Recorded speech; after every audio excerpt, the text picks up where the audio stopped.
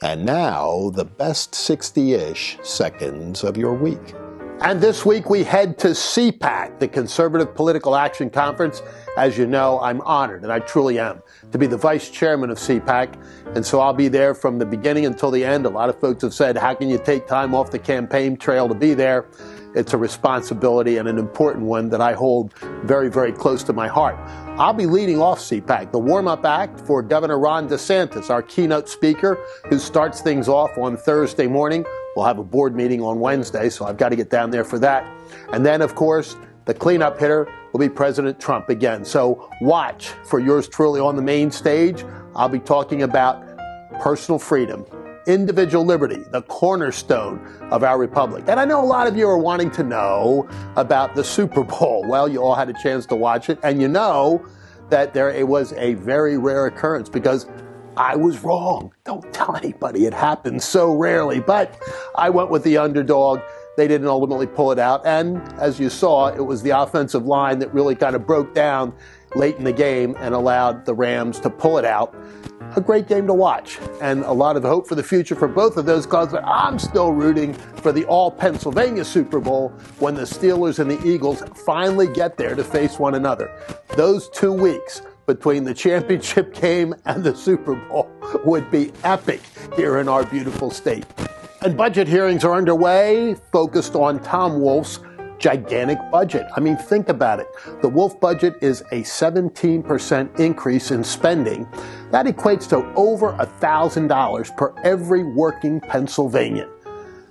$1,000 for every working Pennsylvanian. Now, the government in Pennsylvania isn't flush with cash because of a great economy. We all saw what Tom Wolf and Josh Shapiro did to the economy with their lockdowns and shutdowns.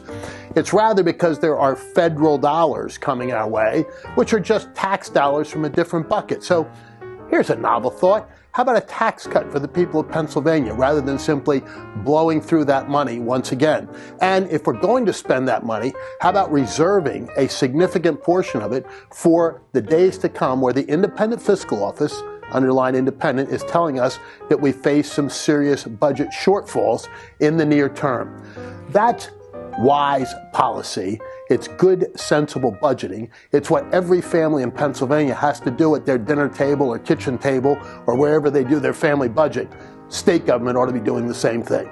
And finally, the Durham Report is now suggesting some very, very serious stuff, i.e., domestic spying on the part of some of Hillary Clinton's allies and friends, including right up to the President of the United States.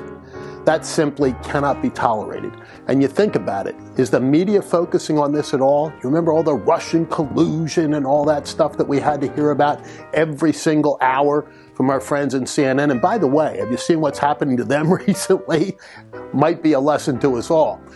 But now, who's going to focus on the Durham Report? Because it's incredibly evident that the final report from John Durham is going to be devastating and have some really frightening stuff for the civil liberties of every American, regardless of your political persuasion. But because it was Trump and his allies that were under attack, a lot on the left want to turn a blind eye. That's really sad, and it's tragic at its very essence. And please, tune in to CPAC this week. I think you'll really enjoy it.